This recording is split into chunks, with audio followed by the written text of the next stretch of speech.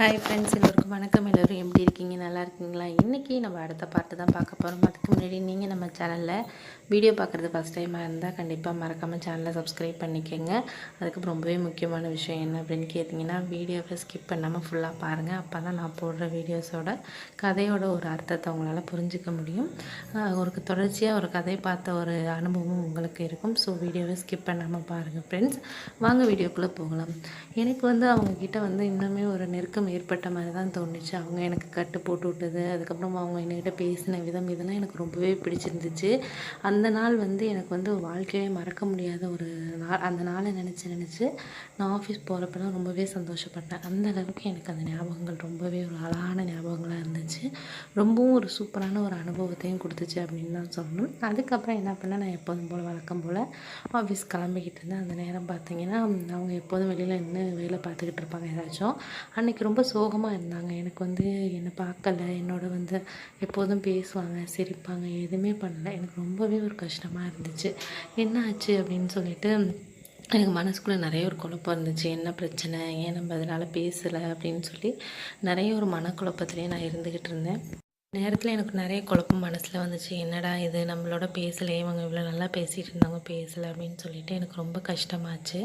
அந்த நேரத்தை என்னால் எப்படி சொல்கிறது, அந்த நாட்கள் ஒரு 2-3 நாள் அவங்ககிட்ட என்கிட்ட பேசலை சரியா. ஆனால் அந்த நேரத்தில் என்னால் சரியாக சாப்பிட முடியல, வேலை பார்க்க முடியல, எதுவுமே எனக்கு தோணாமல் ஒரு மாதிரி பிளாங்காக இருந்துச்சு. அந்தளவுக்கு ரொம்ப ஒரு கஷ்டமான மனநிலையில் தான் நான் இருந்தேன். சரி, நம்ம இன்றைக்கி போய் பேசுவோம், அவங்கக்கிட்ட என்ன தான் பிரச்சனை என்னென்னு கேட்போம் அப்படின்னு நான் மனசுக்குள்ளேயே நினச்சிக்கிட்டு இருந்தேன். கண்டிப்பாக இன்னைக்கு கேட்கணும் அவங்கக்கிட்ட அப்படின்னு நினச்சிக்கிட்டு நான் போனேன். அவங்க வீட்டில் இருந்தாங்க. நான் அவங்கக்கிட்ட கேட்டேன், என்ன, ஏன் இப்படி நீங்கள் என்னை பார்த்தா வேலைக்கு போகிறீங்க? ஏன் என்னை உங்கள் மேலே ஏதாச்சும் கோவமா என் மேலே உங்களுக்கு? ஏன் இப்படி நீங்கள் பண்ணுறீங்க?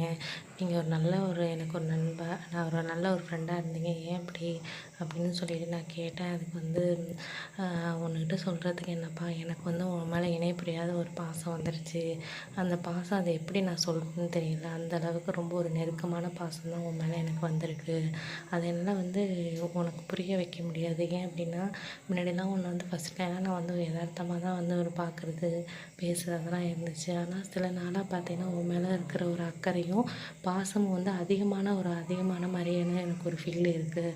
அது நல்லதுக்கா கெட்டதுக்கான்னு தெரியல. அதனால தான் நான் உன்கிட்ட பேசுகிறத அவாய்ட் பண்ணேன் அப்படின்னு சொன்னாங்க. இதுக்காக நீங்கள் இதுதானே விஷயம், ஏன் நீங்கள் இப்படிலாம் நினச்சிக்கிறீங்க அப்படின்னு சொல்லி பேசிக்கிட்டே இருந்தோம். அந்த நேரத்தில் என்னாச்சுன்னா, அவங்க திடீர்னு என்கிட்ட ரொம்ப ஒரு பாசமாக நெருக்கமாக நடந்துக்க ஆரம்பித்தாங்க. அது எனக்கும் பிடிச்சிருந்துச்சு. அந்த நேரத்தில் சரி, நம்ம அவங்களோட ஆசையை நிறைவேற்றணும் அப்படின்னு சொல்லிட்டு நானும் அவங்களோட நெருக்கமாக இருந்தேன். அன்னைக்கு நாங்கள் 2 பேரும் ஒன்றா சேர்ந்து ரொம்ப சந்தோஷமாக இருந்தோம். அந்த நாள் ரொம்பவே சந்தோஷமாக எனக்கு போணுச்சு. நான் எதிர்பார்த்த ஒன்று அது வேறு விதமாக எனக்கு கிடைச்சது. ரொம்பவே சந்தோஷமாக இருந்துச்சு. அதுலேருந்து அவங்க என் மேலே ரொம்ப விருப்பமாக இருந்தாங்க. நானும் அவங்க மேலே ரொம்ப விருப்பமாக இருந்தேன். அதை அடிக்கடி எங்களோட உறவு நல்லபடியாக தான் போயிட்டு இருந்துச்சு. திடீர்னு ஒரு நாள் என்ன ஆச்சுன்னா, அவரோட கணவருக்கு எங்களோட உறவு தெரிய ஆரம்பிச்சிருச்சு. அவர் என்கிட்ட கூப்பிட்டு இது மாதிரிலாம் சரியில்லைப்பா அப்படின்னு சொல்லிட்டு ஒரு மாதிரி பேசினார். அதுக்கப்புறம் எனக்கே மனசு ரொம்ப கஷ்டமாக இருந்துச்சு. நம்ம பண்ணுறது ஒரு தவறான விஷயம் அப்படிங்கிற மாதிரி எனக்கு மனசுக்கு தோணுனதுனால நான் என்ன பண்ணேன்னா, நம்ம ஊருக்கே போயிடலாம் அப்படிங்கிற ஒரு முடிவுக்கு வந்தேன். இருந்தாலும் ஊருக்கு போய் என்ன பண்ணுறது அப்படின்னு நினச்சிட்டு அப்புறம் அந்த வேலையை ரிசைன் பண்ணிவிட்டு நான் வேலையில் மாறிட்டேன். இப்போ என்னோடய லைஃப் நல்லா தான் போயிட்டுருக்கு. வீட்டில் எல்லாருமே ஹாப்பியாக இருக்காங்க. அக்கா எல்லாருக்குமே மேரேஜ் பண்ணியாச்சு. தங்கச்சிக்கும் மேரேஜ் பண்ணிட்டேன். இப்போ எனக்கு பொண்ணு பார்த்துக்கிட்டு இருக்காங்க. நல்லபடியாக தான் என்னோடய லைஃப் போயிட்டுருக்கு. இருந்தாலும் அந்த ஒரு 6 மாதம் அவங்களோட இருந்த அந்த உறவுங்கிறது என்னால் ஒரு ஃபஸ்ட் டைம் ஏற்பட்ட அந்த உறவோட அந்த இது எனக்கு இன்றைக்குமே மறக்க முடியாத ஒரு நினைவாக தான் என் வாழ்க்கையில் இருந்துக்கிட்டு இருக்கு. இது எதுக்காக அந்த கதையை நான் சொல்கிறேன்னா, நமக்கு சில நேரங்களில் எல்லாம் சரியாக தோணலாம். ஆனால் அது சில பேருக்கு அந்த உறவோட தாக்கம் பெரிய விஷயமா இருக்கும். நம்மளும் அன்பை தான் எதிர்பார்ப்போம், அவங்களும் நம்மள்ட்ட அன்பை எதிர்பார்ப்பாங்க. ஆனால் அது வெளியிலேருந்து பார்க்குறவங்க கண்ணோட்டத்துக்கு ரொம்ப ஒரு தவறான விஷயமா தான் இருக்கும். அது சொல்லிக்க முடியாத உறவாக இருக்கிறப்ப கண்டிப்பாக நிறைய பேர் வாழ்க்கையில் அது ஒரு தாக்கத்தை ஏற்படுத்தும். அது மாதிரி தான் எங்களோட உறவு அவங்களோட வாழ்க்கையில் ஒரு தாக்கத்தை ஏற்படுத்திடுச்சு. அதுலேருந்து நான் விலகி இப்போ நல்லா இருக்கேன். என்னோடய வாழ்க்கையும் சந்தோஷமாக போயிட்டு போயிட்டுருக்கு. எங்கள் அப்பா அம்மாவை வந்து நான் நல்லபடியாக பார்த்துக்கிறேன்.